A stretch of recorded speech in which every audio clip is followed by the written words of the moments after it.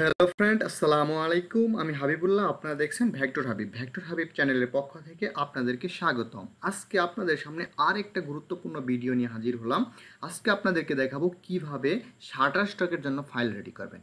আমরা কি করি, শাটারস্টকে আমরা ফাইল রেডি করতে পারি না, সেজন্য কিন্তু আমাদের নানান কারণে আমরা শাটারস্টকে ফাইল আপলোড করতে পারি না। আপনারা হয়তো ভাবেন যে শাটারস্টকে ফাইল অ্যাপ্রুভ করানো হয়তো অনেক কঠিন। আজকে আপনাদেরকে এমন একটা গুরুত্বপূর্ণ টিপস শেখাবো, খুব সহজেই আপনি ফাইল রেডি করতে পারবেন।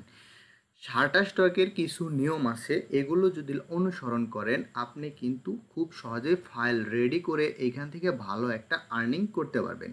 রেডি করেছি, এখন কিভাবে আমি এই ডিজাইনটা শাটারস্টকের জন্য রেডি করব। এই ফাইলটা কিন্তু আমার অলরেডি ফ্রিপিক, শাটারস্টক এবং অ্যাডোবিস্টকে অ্যাপ্রুভ হয়ে গেছে, কিন্তু আপনাদের তারপরে আমি এই ডিজাইনটা দিয়ে দেখাচ্ছি কিভাবে ফাইলটা রেডি করতে হয়। এই ডিজাইনটা করার পর আপনি কি করবেন, পুরো ডিজাইনটা সিলেক্ট করবেন। সিলেক্ট করার পর কন্ট্রোল জি গ্রুপ করে নেবেন। এখানে লেয়ার সাজাতে হবে না। ফ্রিপিকে যদি এই ফাইলটা দেন তাহলে কিন্তু আপনাকে অবশ্যই লেয়ার সাজাইতে হবে। কিভাবে লেয়ার সাজাইতে হয় এটা নিয়ে কিন্তু আমি অলরেডি ভিডিও দিয়ে দিয়েছি। আপনি যদি ফ্রিপিকে কাজ করেন তাহলে অবশ্যই আমার ফ্রিপিকের যে ফ্রিপিক 02 হিরো একটা প্লে লিস্ট আছে, ওইখানে ভিডিও আছে, ওইখান থেকে সবগুলো ভিডিও দেখে নেবেন। তাহলে আপনি খুব সহজেই ফ্রিপিকের জন্য ফাইল রেডি, অ্যাকাউন্ট সব কিছু ওইখান থেকে করতে পারবেন। আজকে আপনাদেরকে আমরা শাটারস্টক নিয়ে আলোচনা করব। গ্রুপ করার পর এই ফাইলটা আমরা এখন সেভ করব। তাহলে কি করব, ফাইল চলে যাবেন। সরি, এখানে আমরা এই ডিজাইনটা এখন মকআপে বসাবো। আমি একটা মকআপ করে রাখছি, এটা আমি শাটারস্টকের জন্য কিন্তু আপনি ডপ শ্যাডো ইউজ করে মকআপ তৈরি করতে পারবেন না। এজন্য কিভাবে আপনি মকআপ তৈরি করবেন সেটা নিয়েও আমি অলরেডি একটা ভিডিও দিয়ে রাখছি। এই মকআপটা আমি তৈরি করান শিখিয়েছি অলরেডি। আপনি ওইখান থেকে ভিডিওটা দেখলে খুব সহজে আপনি এই মকআপটা তৈরি করতে পারবেন। আমি ভিডিও ডেসক্রিপশনে এই মকআপ তৈরির লিঙ্কটা দিয়ে রাখবো, আপনি ওইখান থেকে সহজেই দেখে নিতে পারবেন। আমরা এই ডিজাইনটা ধরে এই মকআপে নিয়ে যাব।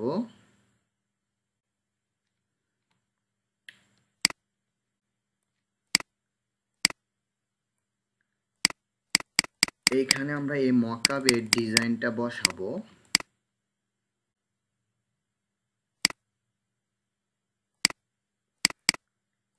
এটা ডিজাইনটা ধরবেন, ধরার পর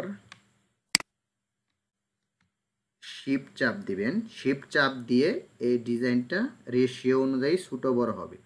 শিফট যদি না ধরেন আপনার ডিজাইনটা রেশিও অনুযায়ী ছোটো বড় হবে না। আমি সুন্দর করে ডিজাইনটা এখানে বসায় নিব। দেখেন আমার ডিজাইনটা বসে গেছে। এই আর্টবোর্ড সাইজটা কিন্তু আপনাকে অবশ্যই একটু বড় করে নিতে হবে। আর্টবোর্ড সাইজটা কত আছে আমরা একটু দেখে নিই। এটা 1000 বাই 1000 আছে। এই আর্টবোর্ডটা আমাদের 3000 করতে হবে। এইখানে কি করব, আমরা 3000 করে দিব। 3000 করার পর বাইরে একটা ক্লিক করব।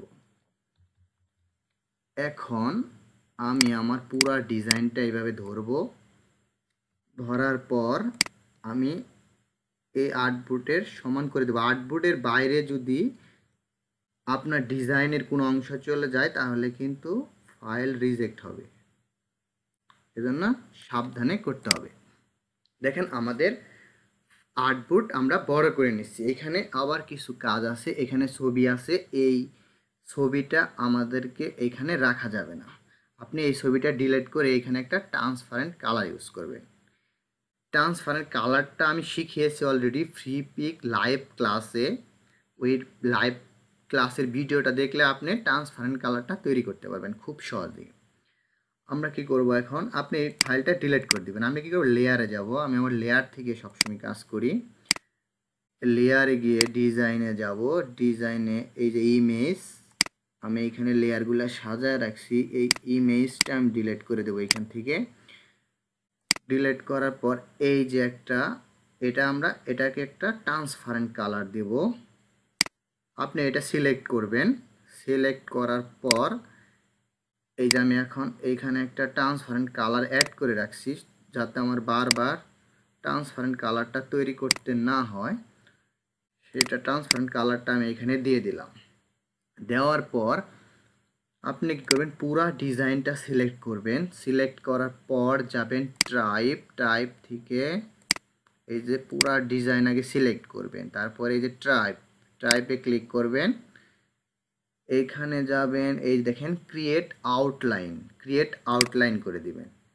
দেওয়ার পর আপনি এই ডিজাইনটা আবার সিলেক্ট করবেন। সিলেক্ট করার পর যাবেন অবজেক্ট থেকে এক্সপান্ড অ্যাপিয়ারেন্স, এটাতে ক্লিক করবেন। আর আবার অবজেক্টে যাবেন যাবেন এক্সপান্ড করে দিবেন। আমাদের কাজ শেষ। এখন আমরা ফাইলটা সেভ করব। এখন আমরা যাব ফাইল, সেভ অ্যাস। আমরা এখন যাব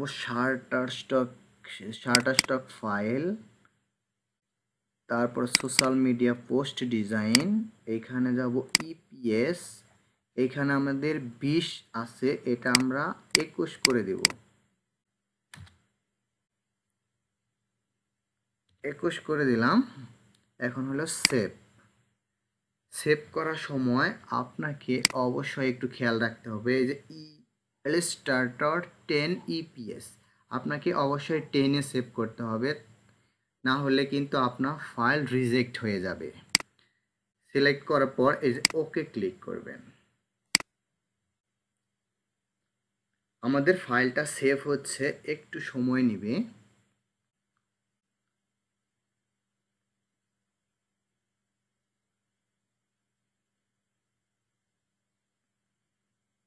আমাদের ফাইলটা সেভ হয়ে গেছে।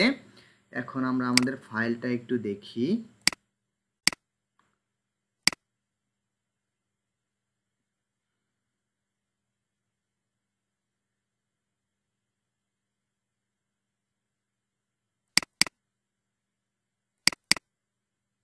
এই যে আমরা এই ফাইলটা সেভ করছি, আমরা এই ফাইলটা এখন আপলোড দিয়ে দেব। এখানে কিন্তু আপনার কোনো প্রিভিউ ইমেজ দিতে হবে না, শুধুমাত্র ইপিএস ফাইলটা দিয়ে দিলেই শাটারস্টক থেকে অটোমেটিক প্রিভিউ করে নেবে।